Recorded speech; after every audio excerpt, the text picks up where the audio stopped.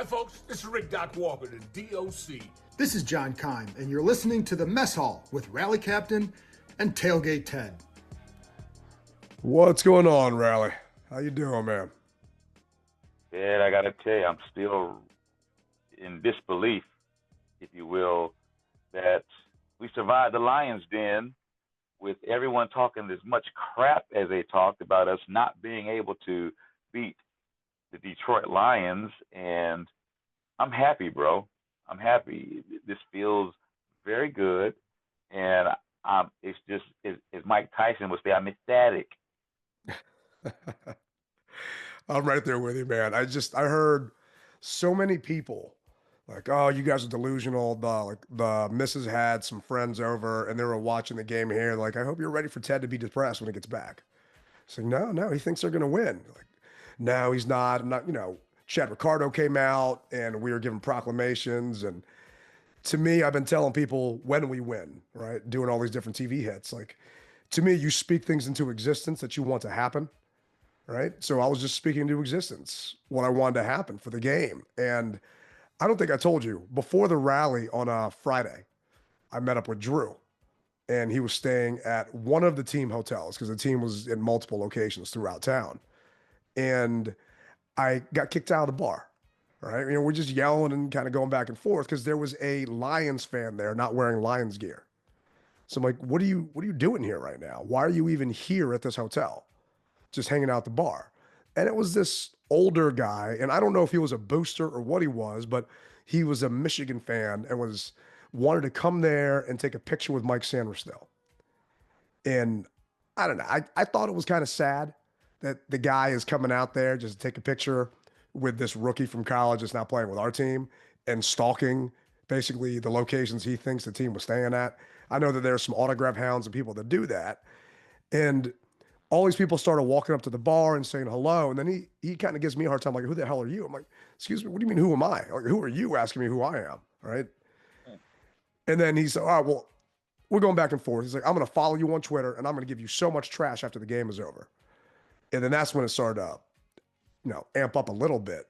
It's like, you do what you think is right. You do what you think you have to do, but we ain't leaving Detroit with an L, right? The only people that got an L right now in their name are the Lions, right? We're the freaking Washington Commanders. Starts with a W. Guarantee we're walking out of here with a win. And there was a little case that they were serving drinks in. It was smoky old fashions. I don't know if you saw the video I had. It's like your trophy case. Yeah. Your trophy case looks like that, man. Empty as hell. Ours is full. And we're about to add another one. Just wait. And then that's when the bartender's like, all right, y'all got to go. So meanwhile, Drew was just sitting there the entire time, just kind of soaking the whole thing in and watching me rub my mouth. But Alan, I'm sure. No one gave us a shot, bro. Not a single person. No prognos. I don't even think I saw one talking head on TV. I saw one pundit. Okay. Gave us, out of I think, the 10, there was one. All right, well, that person is forever invited to a tailgate and can come hang out with me any day because just the disrespect, and not from the fans, other than that one jackass, the disrespect from the media and everyone else. And you and I talked about last show, Vegas had us at 9.5 points, and then they moved it to 8.5. Did I tell you the bet I placed? No. I took Commanders minus 13.5 at plus 1,800 because Neil Greenberg came on with B. Mitch and Finley. And that joint hit. So let's just say it was a double good day in Detroit for me, man. Wow. Look at that. I'm happy for you, bro, because I know you were saying that money was a little tight, if you will. So this is a way for you to take care of those extracurricular activities. Well, there was a guy that called into the Junkies this morning. I think it was Big Keith. Came out to your rally and everything else. And he was saying he's dropped $6K so far in the postseason, right? And just for all the fans that are traveling, I don't doubt it. Knowing how much some of this stuff is costing. And I mean, you got out there, and how many people did you have on your trip? Not that many, believe it or not. A lot of people decided to drive and do their own thing. It's really weird. So, but I had enough that had a great time. Let's just Oh say yeah, that. I've got no doubt, man. I mean, speaking of great time, just starting off on Friday afternoon. So I got there at 4 o'clock, about 4:30, to where you had the rally organized, and people were already there because they're just so used to your rallies being so freaking packed. They wanted to make sure they got a spot. I was there to organize Chad Ricardo and the film crew just to make sure that they knew where they were going and everything else was straight because I don't want Chad to stand there and wonder what was up. And then I think you rolled in at about 5:30 or so, and it didn't start till what, 6, so another half hour. And Fox was already doing some TV hits and everything else from there. And just hearing where some of all these people came from, right? There were people flying in from Mexico, people flying in from Canada. You mentioned people driving. It was freaking awesome to see because I didn't think there would be as many fans there, not at your rally, but just at the game, as we thought, considering how expensive it was. Yeah. And then, we have people from Hawaii. I got to shout out my man from Hawaii. But as I said before on the video, this right here was karma in the making because the fans, we found out why they sold their tickets so high. They looked past us saying that they were already in the Super Bowl and we're going to use the money for the tickets for our Super Bowl trip. So that's what happens when you look past somebody. That karma will come and bite you. Hell yeah. I mean, the person in front of me, I could hear them talking because when Drew and I were sitting in the section, there were no Commanders fans around us in particular. They were more so off to the side. And they were telling each other, I can't believe so-and-so sold their tickets. And the other person said, yeah, they thought that they could save money and go down to New Orleans. Right. And that's exactly what happened. That's what drove the market up. And guess what? Eagles fans are doing the same thing right now. They're thinking that this Sunday is going to be a lock. So let's gouge those Commanders fans, make them regret it. But sleep on Washington, you see what happens. I mean, you get your ass beat on TV. And when you price gouge, you see what happens. So I'm looking at New Orleans, baby. Here we come, the Big Easy. I didn't try to jinx it, man. I did have a ticket broker that I used to work with that would send different groups to HailBBQ. He reached out to me and basically says, I'm going to have packages for your people and wants help with that. So that's not a problem. We'll talk about that later. But in all honesty, bro, I don't want to talk about anything about New Orleans until this weekend is over. But between you, me, and our listeners, I did book an Airbnb that is refundable, but I did book an Airbnb in the French Quarter just to be safe. So I know I got someplace to sleep and shower, and I'm not, homeless around New Orleans, just trying to find a place to crash just in case, forget when we go down there, brother. But I just didn't want to deal with anything until after this Sunday. No, yeah. Right now, our focus is on the Philadelphia Eagles and handling business there, and we'll take care of everything else later on. Yeah, amen. And I got a lot of people asking me and saying, hey, and we're not trying to talk about Philly right now, but I got people messaging and texting saying my wife will only let me go to one or the other. Should I go to Philly or should I go to New Orleans? I'm telling them, hey, you do what you can afford to do. But if it's me, you go to Philly and then you find a way to worry about New Orleans after the fact. And for some people, it might not be that easy. All right. But Greyhound will get you there. Yeah. I mean, there's ways to do it. I just got I'm taking the train up. I'm not driving because I don't want to bring my car up there and just have to deal with it and everything else. And I had points. So I'm just doing that. And I don't even want to look at plane tickets now to go down south, but staying on Detroit, man. I mean, the rally, everything that you had set up, they were rival film crews, and it cracked me up because I don't want to say who said it because we're friends with all of them that were there. But they were saying, oh, man, so-and-so is here. We're going to have to fight for him. Because basically fight for the fans' attention because they were doing TV hits simultaneously. So one crew had people over there on their side, and then I kind of felt bad for the other crew. So I went over to the other side because they didn't have as many people over there. And it was hilarious, man. It was like the Sharks and the Jets just kind of fighting over, control of different spots. And the staff at side, the place that you picked, how'd you know about that place? Had you been there before? Union You were there a Assembly. That's where I had a rally. couple of years First ago. year in 2022. Yes. Nice, nice. I mean, the bartenders were nice. Everyone was straight, other than the constant Eminem music, right? And not being able to listen to some good old go-go like you've been able to put on in the past. But I get it. They didn't want that bumping through the whole place. It was fun, man. They definitely did a good job. Yeah, and Miss Jackson, she came to the rally. You know, Terry McLaurin's dad came to the rally. You know, these things are getting to be bigger and bigger and better. And so, you know, if you haven't been to a rally, I suggest you make your way to one. And when I got to do this, but when we get to New Orleans, that's going to be a hellified rally. So, but getting back to Detroit, and we keep getting sidetracked, and we can't do that. But we're going to have we had a great time in Detroit. You know what gets me about Detroit? I've never had any animosity to fellow fans in Detroit, but this game, for whatever reason, they came out of the woodworks as true buttholes. Really? And I've never experienced that. Oh, I got cussed at. I got fingers put in my face. I mean, people threw peanuts at me. I mean, it was. I've never experienced that in Detroit before, but maybe because it was the playoffs and their radio hosts and everybody else just amped them up so much to where they just felt they couldn't lose. It just was something different. Damn, man. I'm sorry to hear that, bro. That was the complete opposite of the experience I had. Right after the rally was over, we kind of shut that place down, and I had some Detroit fans that are in the Tailgate Hall of Fame text me and say, "Hey, where you at?" They were at the Tin Roof right around the corner. We could actually see the Tin Roof from Union Assembly. Yeah. So me and Drew and maybe a dozen other Washington fans ended up walking over there, and it's a nightclub with 3 different levels, and it's got like a DJ on every level. It was a lot of fun. Fast forward, we're drinking there, we're taking shots, having a good time.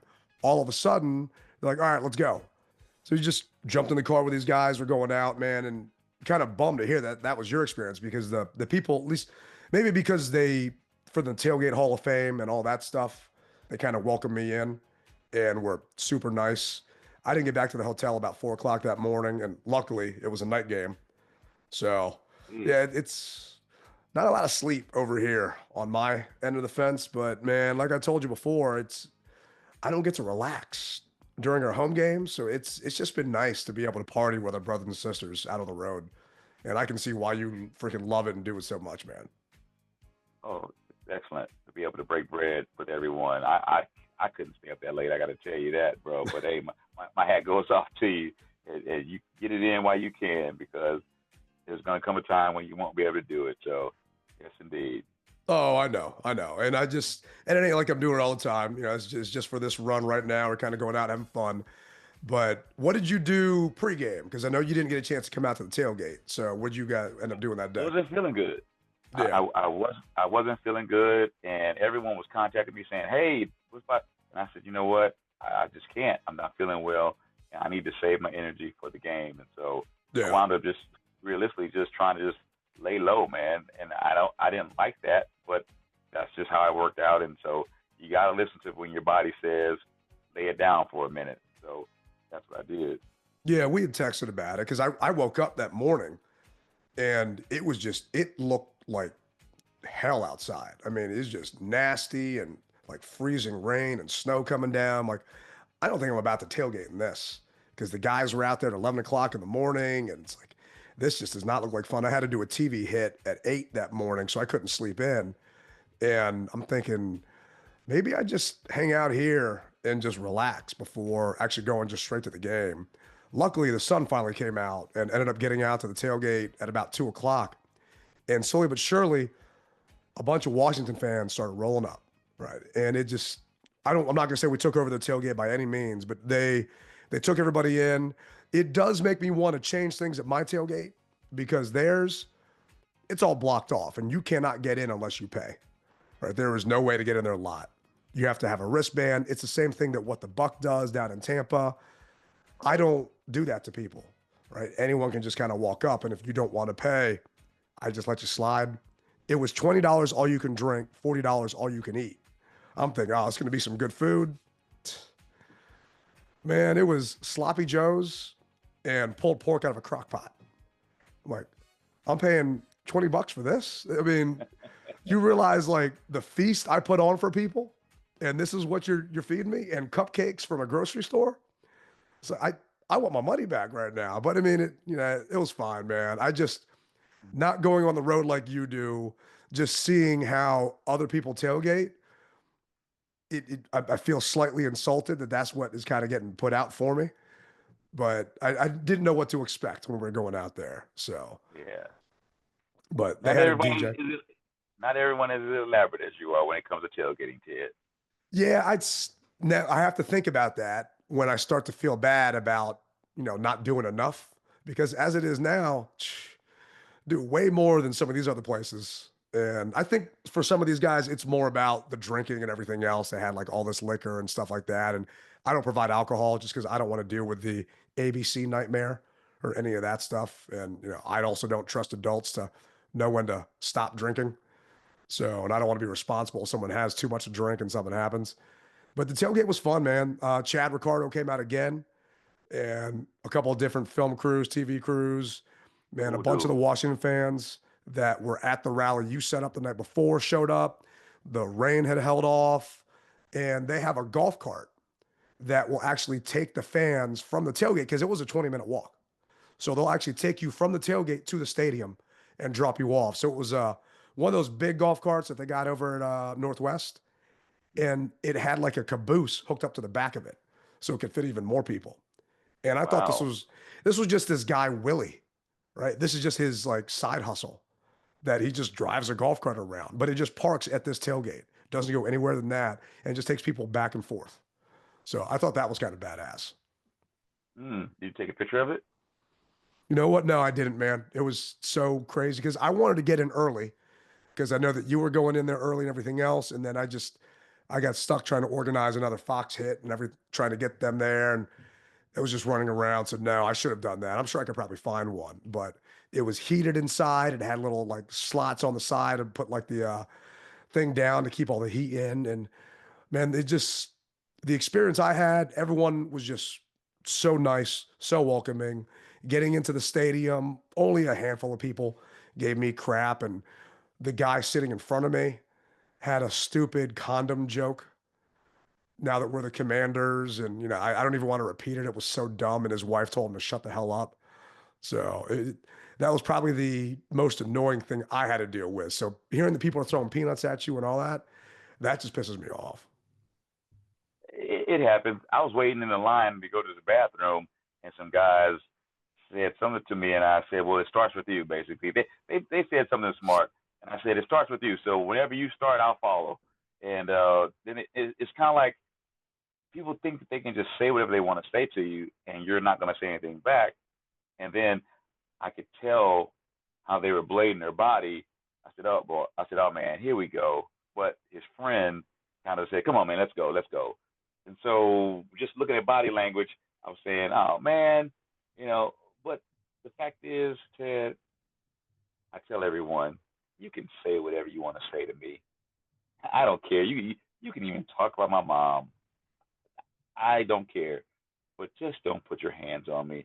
Yeah. And I actually had to tell a guy that who was sitting behind me, and Damn, man. Bro, when I tell you, that's just the way that it was. They just had I don't know what happened to them. They were smelling themselves that night. So, Yeah. But nevertheless, I mean, it happens. 85. Yeah. Yeah. It happens in different spots, right? I'm sure it happens at Northwest, right? So you just drew the short straw that day. Like I know other fans had a good time, and I'm sure you're not the only Washington fan that was there that got crapped on by some of these guys. So it just makes me upset and annoyed that happened to you. And shoot, I'd love to talk to my Lions friends that are out there and have them talk to these freaking people. But hey, karma, man. Karma's a bitch, right? In the end, did they stay the whole game or did they leave? They left early. Yeah. I was about to say. They left early. Yeah. I'm not surprised. So you've been there before, right? How was the fan noise compared to the last time you were out there? A little louder this game. Yeah. Yeah, I feel a little louder. But although everyone was asking me, so what's the loudest stadium? And I said I got three, and one is Kansas City, which we will be seeing them later this year. Two is the Superdome, and Detroit. Detroit is a very loud stadium, especially when they have something to cheer for, and they had in the beginning a lot to cheer for, and Yeah. as you know, we slowly knocked them down to where they didn't have anything to cheer for. So I the lady next to me who was a Commanders fan, Redskin fan, she had her ear uh, pieces Shit, in her earplugs in. ear plugged in, yeah, and I just told her, I said, yeah, you're gonna need them. She was like, after the game, she says, I'm so glad I brought them. Yeah. I mean, there was a guy and his wife, I said earlier, she told her husband to shut up and stop kind of going back and forth. Drew likes to talk to people, right? To me, we talked about on the podcast, I'm just focused on the game. I'm not trying to make friends with anybody sitting around me. As long as, like you said, you don't put your hands on me, everything's going to be good, right? You can throw something Yeah, at me if you want to, but just don't touch me and we'll be fine. And even if you touch me, I'm not going to do anything until the game's over because I'm not going to risk getting kicked out and missing the game. Right. But the pregame festivities, everything they had going on, man, that place is the loudest I've been in. I'm not gonna lie. It was intense. It was hmm insane. And, all the hyped up and the festivities. And then I was wondering, okay, what's gonna happen? Right. Are they gonna keep that loudness going? Because all of a sudden we're gonna lose the toss? Or are we gonna get a chance to have them just kind of calm down? And slowly but surely, everything just kind of worked into our favor, man. I mean, their fans were yelling and screaming, but it wasn't working. Jayden was freaking playing lights out, right? The defense that we were all concerned about, they were bending, not breaking, and I could feel it. And I was telling this to AB, like Natalie from ABC7. It felt like, for me, a snowball at the top of a hill. And each drive, it just kept picking up steam and getting bigger and bigger and bigger until it wasn't a snowball anymore. This thing was like a massive boulder coming right at the Lions that was just about to run their ass over. And their fans, man, they were just definitely starting to feel it. And I was yelling and screaming to the point of, and I'm respectful about it, right? I'm only doing it and I'm not yelling directly in someone's ear, but I'm there. I paid money for my seat just like you did. I paid more, frankly. And the guy's wife said, let's go. She got annoyed because we were winning. So they left. I thought they left for the entire game. So at that point, all right, they're gone because she was pissed off that I was yelling so much that I had an empty seat in front of me. So then I just started banging on the seat in front of me, making more noise. Right. And there was a false start that happened. And it wasn't because of me. It's because the Lions were just dumb. Right. It's zero chance. But I was just laughing my ass off. And all the fans around me started looking at me like, you son of a bitch. But no one did anything. No one said anything to me. yeah. I'm like, and I looked at him and said, blame them for leaving, right? The seat's empty. I'm making noise. So, like I said, it was definitely a different experience than you had, man. I was expecting you to say, and I was banging on that seat and made him have a false start. That's what I was hoping that you were going to say. But in your mind, I'm sure that's how it played out. But one thing I did like about Detroit Stadium is I felt as though their decibel meter reading, as far as the loudness was concerned, was true. Yeah. Even though it may not have been, but I felt that it was true. Whereas I've been to other stadiums and you see it moving, and it's like, that ain't real. No, it's just a You know? graphic. Yeah, Yeah. exactly. But I actually felt that this was real. Yeah. I mean, you've been to a concert, you can feel it in your bones with how hmm loud it gets. And that's what it was like being inside there. And that's what just impressed me even more with how our boys played, right? It's Cosme goes down. Cosme's the one making checks and telling Biotis when to snap, and Trent Scott comes in and just doesn't miss a beat, right? And Yeah. we played the crowd noise out at practice in Ashburn that they were doing inside the bubble. They said it didn't do it justice. And they had crowd noise on the sideline to simulate so the coaches could talk to each other when they're putting in different players and different rotations, right? Guess who has 12 men on the field in a crucial part of the freaking game, right? 4th and 2, 12 men on the field, right? You would have thought it would have been the Commanders, just with all the miscommunication and everything going on. And it was, as just, you like to say, you could hear what is a mouse pissing on cotton or something. Yep. I mean, it was so quiet inside that place on that 4th and 2. And I was like, what the hell's the flag for? I didn't realize there was 12 men on the field. And that was in my end zone where that had happened. I'm thinking, you got to be kidding me. They're that dumb, right? How do you make that mistake on such a crucial part of the game? But they just, like I said, that snowball, man. And we mentioned it before. We stay close. Pressure bust pipes. And I really, truly felt that they felt the pressure of us not feeling it. And it got in their heads, man. That stupid play calls, just dumb mistakes by freaking, what's his face, Goff. And next thing you know, it just all started going downhill for them. Oh yeah, and it goes back to what we talked about as well. Sometimes that off week bye just takes you out of your rhythm, and they just didn't look like they were in a rhythm, even though they had a lot of people who were hurt on defense. Not making any excuses for them, because if the same amount of people were hurt on our team, they would be gloating that they won.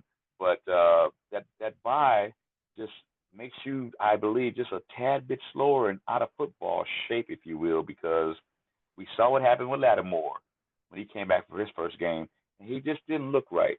But this game, Lattimore, he did his business, brother. He handled his business, and you can just see that I believe that had Detroit been playing all along, that we may not have beaten them. And that's just being honest, because Detroit is a good football team, but they just looked off a little bit. And I feel as though if they had been playing throughout the same way that we were, we may not have been able to beat them, but we did, and that's all I care about. Yeah, I mean, let's be real. They're a better team on paper, right? They won more games, right? If we played that game, 100 times, maybe we beat them 20 times. Let's just say 10 times. Maybe we beat them 2 times out of 10, right? Because we had to play a perfect game. Thing is, they played an absolutely perfect game, right? John Allen got a 90.2 in his pass rush. Who would have thought that he would have actually come back with a freaking torn pec and done so well, right? I mean, you mentioned Lattimore, and I think you talked about it on the last show, rest versus rust, right? I mean, they looked rusty. They did not look good to go.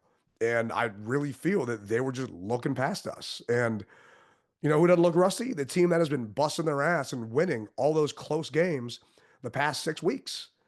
And when we were up by as much as we were, thinking, what football team am I watching right now? Because this just don't look like my Commanders, man. For once, they went to cardiac kids. I mean, they put belt to butt in Detroit, and I loved it. I really did love it, man. And I can't speak highly enough of these guys, because they're ready. They are primed, and they are ready. And for once, it's cliche to always say anytime, any place, anywhere, anybody, whatever have you. That's so cliche. However, I actually feel that way now. I really do. Yeah, I truly do too, man. And we'll talk about Philly later on, but these guys believe, and they have said it, that you've got to go through us, right? We're not going through you. You've got to go through us. We're the underdogs, right? We're the 6th seed. Road teams are 2-8 in the playoffs. Guess who has those 2 wins, right? That's us. And I thought Baltimore was actually going to pull it out up in Buffalo. We were watching on the plane, and I thought LA had a chance in the end for theirs, and that didn't happen. But guess who, according to a lot of the freaking talking heads, guess who is the best quarterback playing right now in the postseason?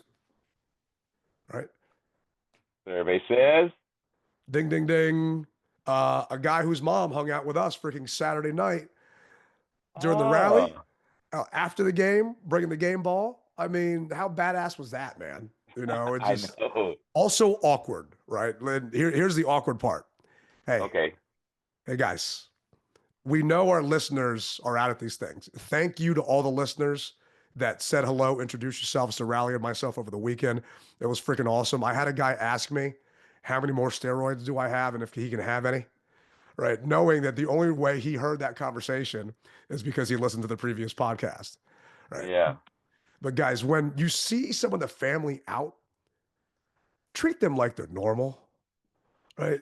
It got kind of weird at the end when there was a young lady, and who knows how much she had to drink, because I want to say it was maybe 12:30, 1 o'clock in the morning. And Okay. Jayden's mom is in the bar with us, hanging out there. And it was her idea, let's all go back to Union Assembly. So at the end of the game, Jayden ran to give the game ball to his mom. And I went over there to go talk to her for a minute. And she said, let's go to Union Assembly. So that's when I told you, all right, she's going to meet us at Union Assembly. Let's all go walk there. They roll in. We're all having a good time. This fan walks up and says, can I just touch it? She didn't even say what. Right. And then she just reached out like this and just touched the ball. I'm like, if that was a guy that did that, I'm thinking someone's about to clock this dude. Right. But no, it was a younger lady that just, guys, that shit is weird. Right. And I think actually at a certain point, they ended up leaving and because it just got kind of awkward. And I appreciate that you had the space, and I know they did for him private in Tampa at Muggs. There wasn't a space like that at Union Assembly late that night. So just guys understand that they're people just like us. You know, maybe take a step back, right? Maybe, you know, take the googly eyes fan stuff off for just a minute and let them breathe. Yeah, just for a little bit. That's all we ask, just for a little bit. Yeah, at the same time with me and you. There are times when people can see you trying to eat food and they just want to continue to try to talk to you or try to dap you up, and you're like, I'm literally putting a burger in my mouth, and you want to try to shake my hand, or you want to try to. It's like, just give me a couple of minutes. That's, you know. So hey, but it's a good thing to have because who knows if we weren't in these positions what we would be doing. So, you know, we just be a little bit more mindful, if you will. Yeah. How about that? Yeah, and I mean, also on top of that, this is one thing that does drive me crazy, bro. So many people, I've got really good hearing, right? I can hear all things around me. So many people were whispering, saying, is that Tailgate Ted? You know, I'm just like having a conversation about me. Is that me? It's like, just come up and say hello. All right. I don't know how many 6-foot Asian guys with a shaved head that are Washington fans that you know, number one. And if you do know them, I'd like to meet them because I haven't met one yet. But just come up and say hi because it gets awkward. It gets weird. And sometimes I just turn around and say hi, wave, and then turn back around. But it was at a breakfast on Sunday morning. I lost my voice again. Voice was completely shot. And I'll rewind after I tell this story. But I got back to the hotel about 3 o'clock in the morning. And I had to do another TV hit at 8 and ended up going down to go get some Bloody Marys and some breakfast. And some of the Washington fans come down that are still at the hotel. My boy Tarek rolls up there and a couple other people. And the guys were telling Tarek about how they went to this freaking rally. It was so much fun on Friday. I keep thinking Saturday, on Friday night. They had such a blast. And how they ended up going to Tailgate Ted's tailgate that he did out there and this and that. And we're like talking about everything. And Tarek's like, oh, you know who Tailgate Ted is?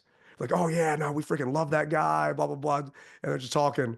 And he said he wished he had his phone because I'm sitting right there. They had no idea who the hell I was.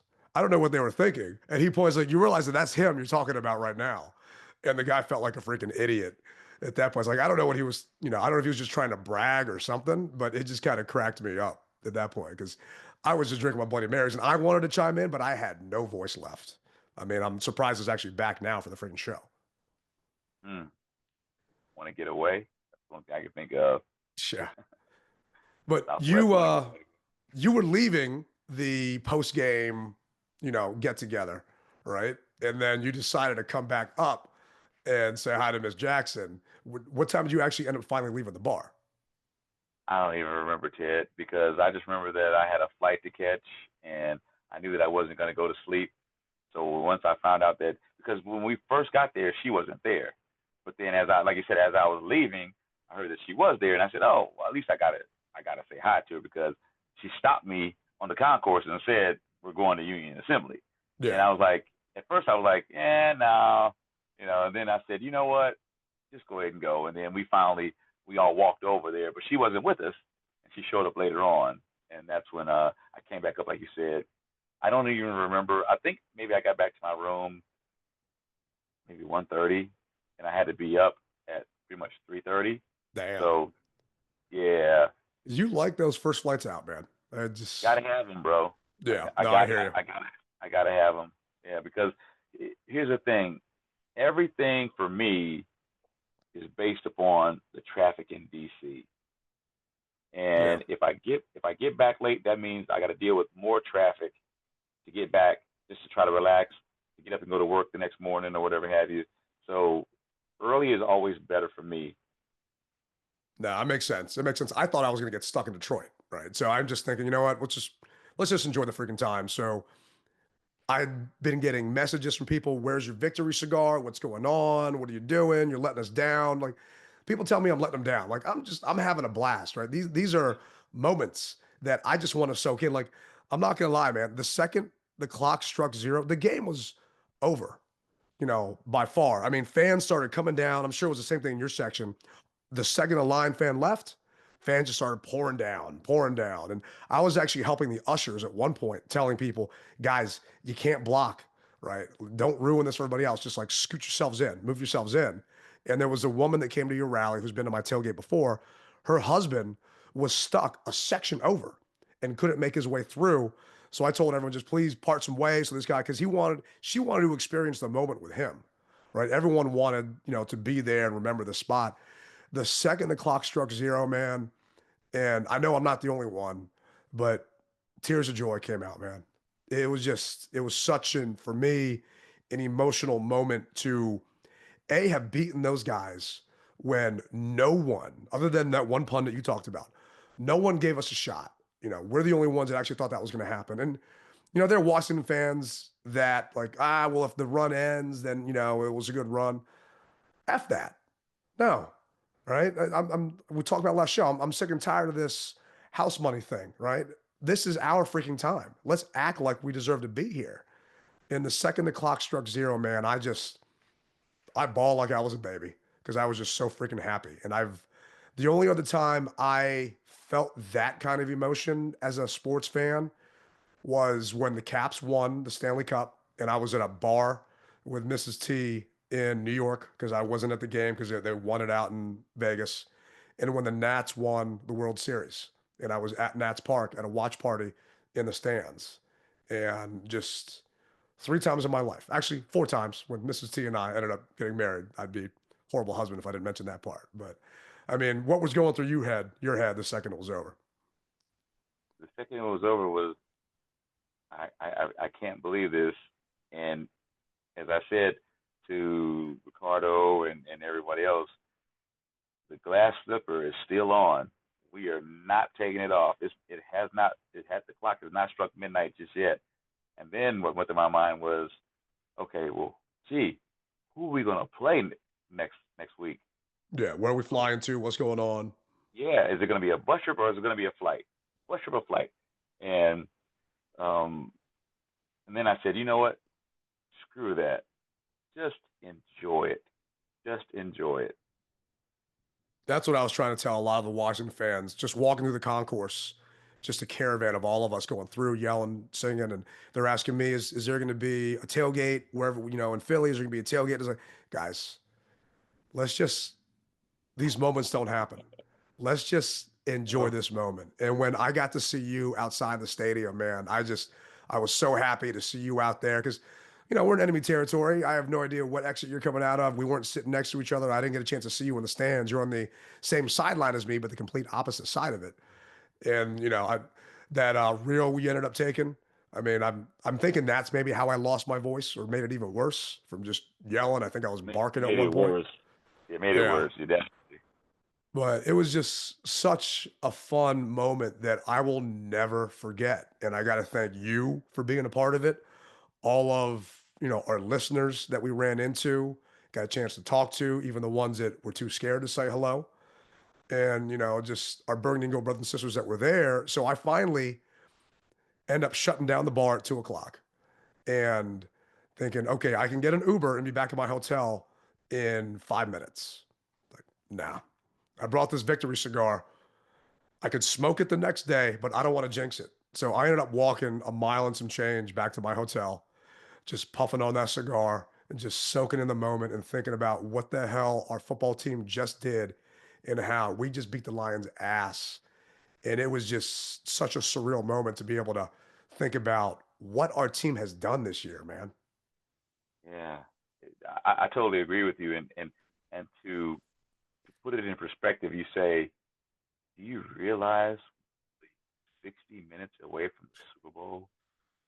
Goosebumps right I now. mean, yeah, 60 minutes, bro.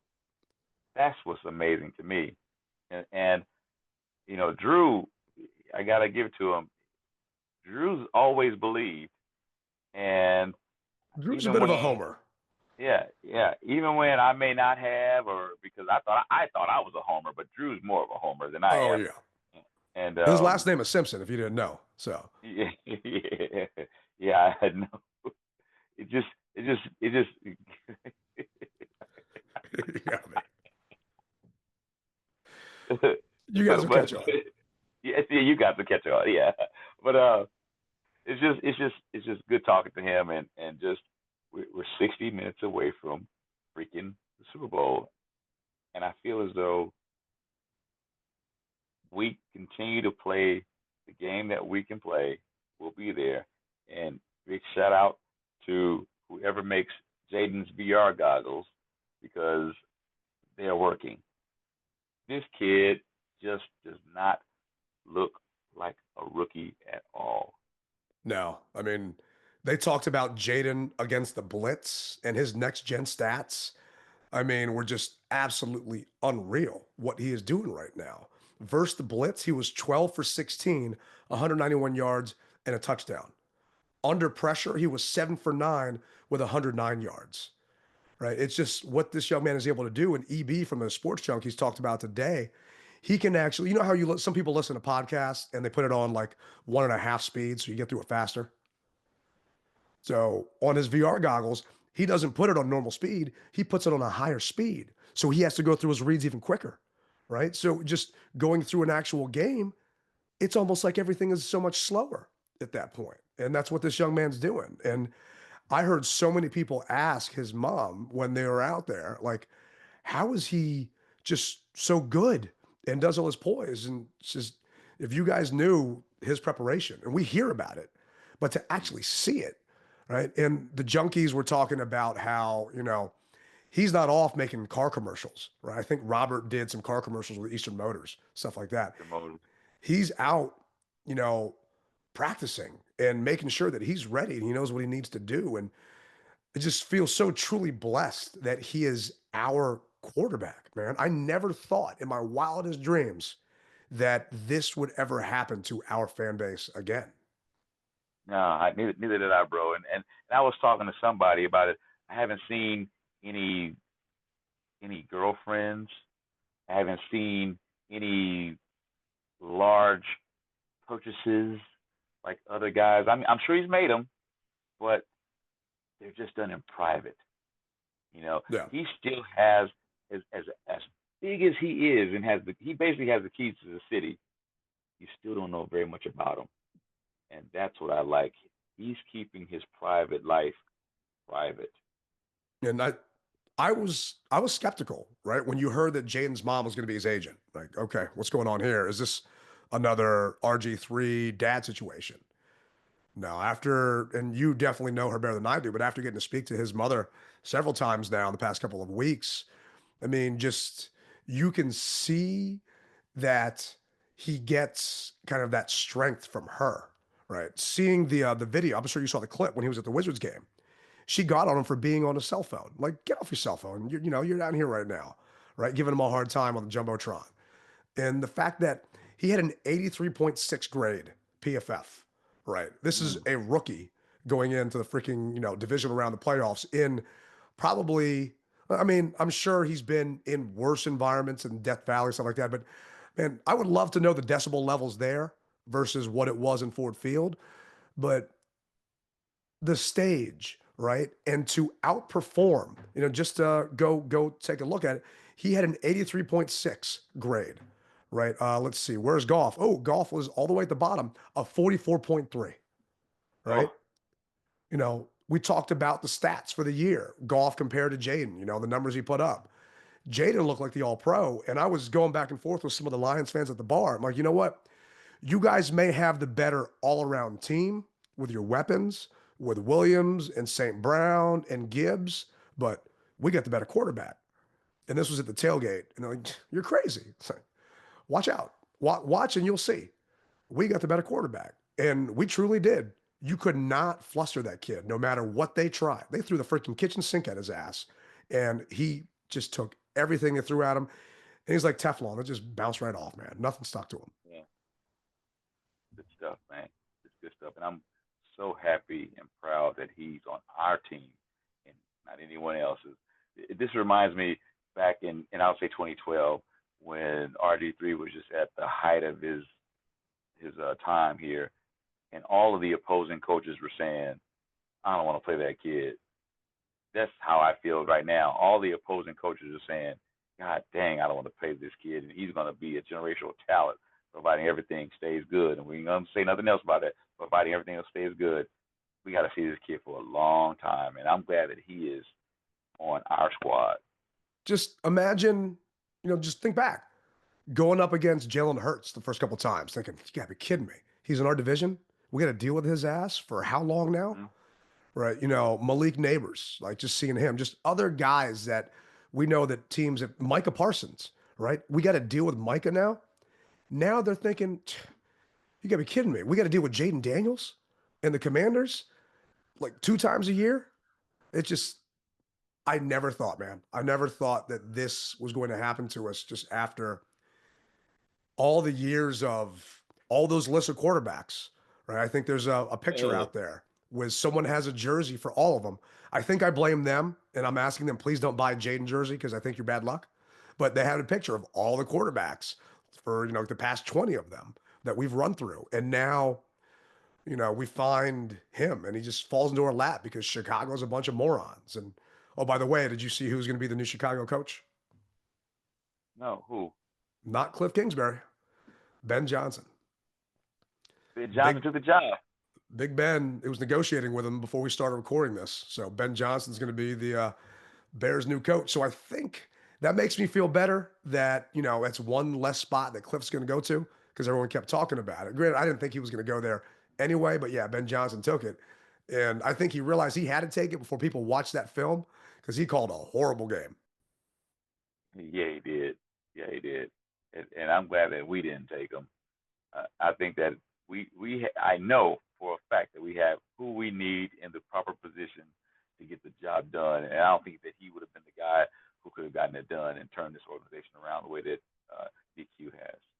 And there are fans right now that are talking about, because Anthony Lynn, I think the Cowboys are requesting to interview him for the head coaching job, right? And Joe Witt and Cliff Kingsbury. All I'm going to tell you guys is just enjoy this ride. Live in this moment. Worry about next year.